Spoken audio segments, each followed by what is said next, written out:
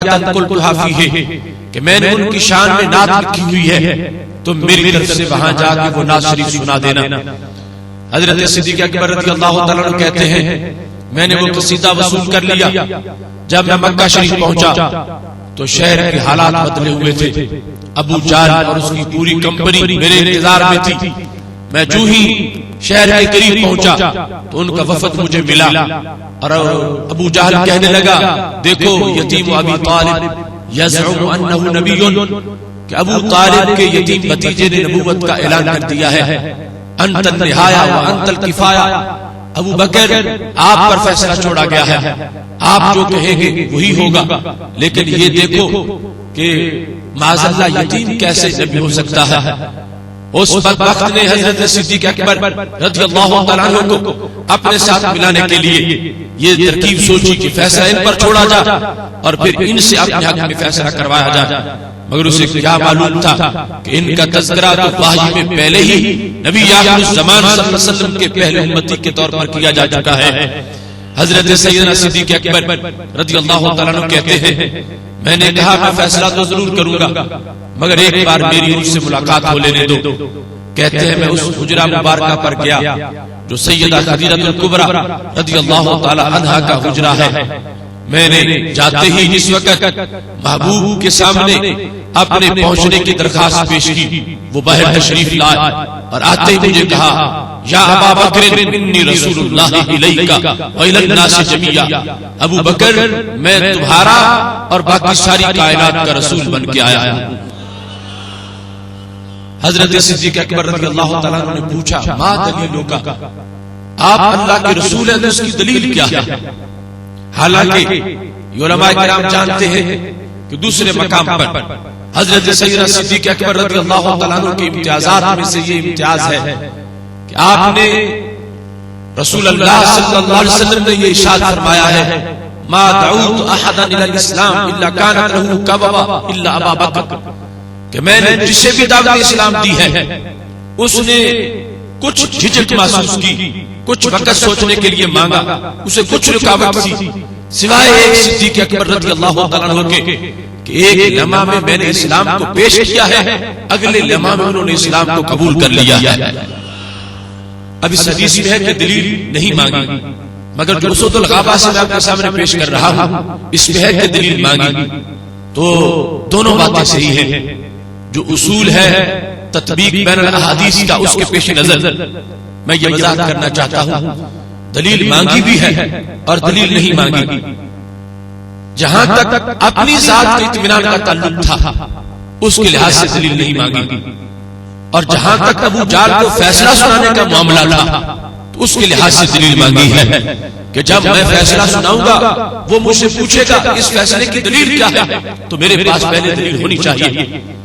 तो हजरत सिद्दीक़ अकबर रज़ियल्लाहु ताला अन्हु ने पूछा, महबूब मेरे प्यारे दोस्त, आप फरमा रहे हो कि मैं नबी हूं अल्लाह का, तो आपकी दलील क्या है।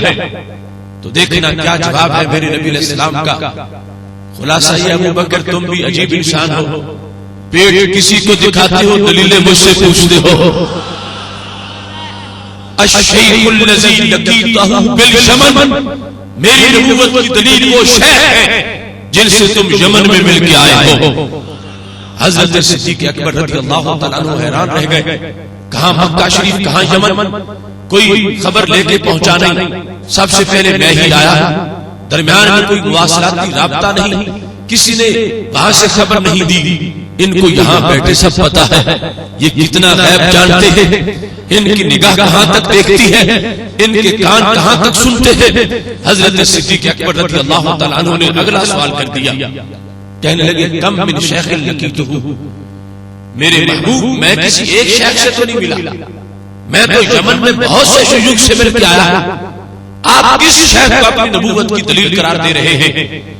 तो हमारे नबी अलैहिस्सलाम ने फरमाया, अबू बकर सुनो, अल्लज़ी अफ़ादका अबियाता, मैं उसकी बात कर रहा हूं जिसने तुझे मेरी नात दे के भेजा है। मैं इस अजीम स्टेज पर ऐलान कर रहा हूं, आज वो तबके जो दिन रात सीरत कॉन्फ्रेंस मुनक्कद करके ये कहते रहते हैं कि सीरत उनकी ये है कि उनको दीवार के पीछे का पता नहीं था, माशाअल्लाह कल की खबर नहीं थी। अहले सुन्नत पर जो लोग तानाज़नी करते हैं उनको अपना रिकॉर्ड दुरुस्त करना चाहिए। हम नहीं बदले, हम नहीं भटके, हमने अकीदा नहीं गढ़ा, हमने बिदअत का इर्तिकाब नहीं किया। रब्बे काबा की कसम है, इस उम्मत का पहला उम्मती जिस शान को देखकर कलमा पढ़ रहा था, नबी अलैहिस्सलाम की इल्मे गैब के इतराफ में इस दीन में दाखिल हो रहे थे। अल्लाह का फजल है आज भी उस अकीदे की रिहाइश का सुन्नी के सीने में मौजूद है।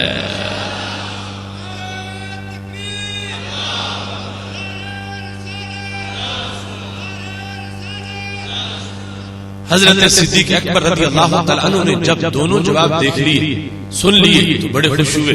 कहते हाथ यादा का उबायिका, महबूब फिर हाथ आगे करो, मैं कलमा पढ़ना चाहता हूं।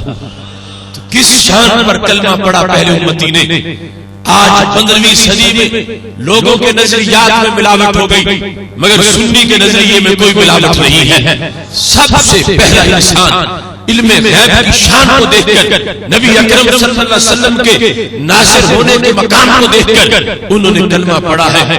और इसके बाद जिस वक्त अबू जाल के मुकाबले में पहुंचे हैं, आज तौहीद की तकरीरें करने वाले ये सोचे तो सही, इस उम्मत के खतीब अव्वल ने अबू जाल के सामने जब अज़ाने तौहीद दी थी तो तकरीर क्या थी, मौजू क्या था, दलील क्या थी। रब्बे काबा की कसम है आज हम ही वो दलील पेश कर सकते हैं जो हजरत सिद्दीक अकबर रज़ियल्लाहु तआला अन्हु ने अबू जाल के मुकाबले में पेश की थी। जब अबू जाल ने पूछा, अबू बकर अब फैसला करो, हम तुम्हारे इंतजार में थे, तो हजरत सिद्दीक अकबर रज़ियल्लाहु तआला अन्हु कहने लगे, फैसला तो मैं करके आ गया हूं। पूछा वो कैसे? कहा मैं तो कलमा भी पढ़ाया। अबू जाल ने कहा इतना जल्दी में तुमने कलमा पढ़ा, कोई दलील तो पूछनी थी, दलील पूछ के फिर तुम मानते, दलील पूछे बगैर तुमने कलमा पढ़ लिया है। तो हजरत सिद्दीक अकबर रज़ियल्लाहु तआला अन्हु ने अबू जाल की जहालत के सामने जो दलील दी, दुनिया आज उसको फिक्रे रिजा से ताबीर करती है। हजरत सिद्दीक अकबर रज़ियल्लाहु तआला अन्हु कहने लगे, सुन ले अबू जाल, ये मक्का शरीफ में थे, मैं यमन में था, मैं यमन में जिससे मिला इनकी निगाह देखती रही है, यमन में जो बातें होती रही है इनके कान सुनते रहे हैं। मेरा दिल तो गवाही देता है, जो मक्का शरीफ में बैठ के यमन की खबरें सच्ची देते हैं, वो फर्श पे बैठ के अर्श की खबरें भी सच्ची देते हैं।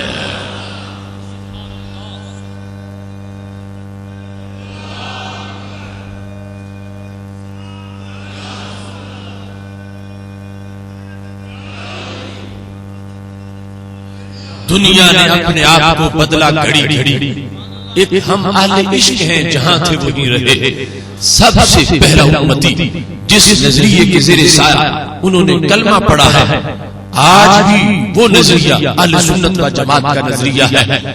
और फिर जिस जिहत में देखोगे इसी अकीदे की झलक नजर आएगी। सबसे पहले को देखो फिर भी यही बात है, सबसे आखिर को देखो फिर भी यही बात है, दरमियान के अहवाल में देखो फिर भी यही बात है। वो जामिउल मुअज्जज़ात में मौजूद है। हजरत क़ुबास बिन अशयम रज़ियल्लाहु तआला अन्हु वो जब काफिर थे तो कहते हैं हालत कुफर में बदर वाले दिन जब हम लड़ने के लिए मुसलमानों से गए तो क़ुबास कहते हैं मैंने देखा कि थोड़े से लोग हैं और असला भी महदूद है, तो मैंने कहा इन लोगों को लड़ने का शौक बड़ा था मगर तैयारी तो कर ही नहीं सके। क़ुबास कहते हैं थोड़ी देर के बाद जब लड़ाई शुरू हुई तो 313 ने हमें नाकों चने चबवाए, हम में से कई कत्ल हो गए, कुछ जख्मी हो गए। मैंने कुरैश के बड़े बड़े पहलवानों को देखा, टांगे उनकी कांप रही थी, जो मक्का शरीफ में बड़े बड़े दावे करते थे, अब गिरते थे, उठते थे, फिर फिसलते थे, दौड़ आ रहे थे मक्का शरीफ की तरफ। कहते मैं भी दौड़ने वालों में से था। मैंने जब ये हालत देखी तो मुझे बड़ी नदामत हुई। मैंने अपने अंदर सोचा कि मैं कह रहा था कि इनको लड़ने का तरीके नहीं आता, ये थोड़े से हैं, क्या लड़ेंगे, और इन्होंने हमें भागने पर मजबूर कर दिया। कहते हैं मैंने दिल में एक जुमला बोला, यानी दिल में एक बात कही। मैंने कहा मा रअयतु मिस्ल हाज़ल अम्र फर्र मिन्हु इल्ला निसा, आज जिस तरह मैदान जंग से कुरैश भागे हैं, ये तो मर्दों वाला काम ही नहीं, यूं तो औरतें भाग जाती हैं।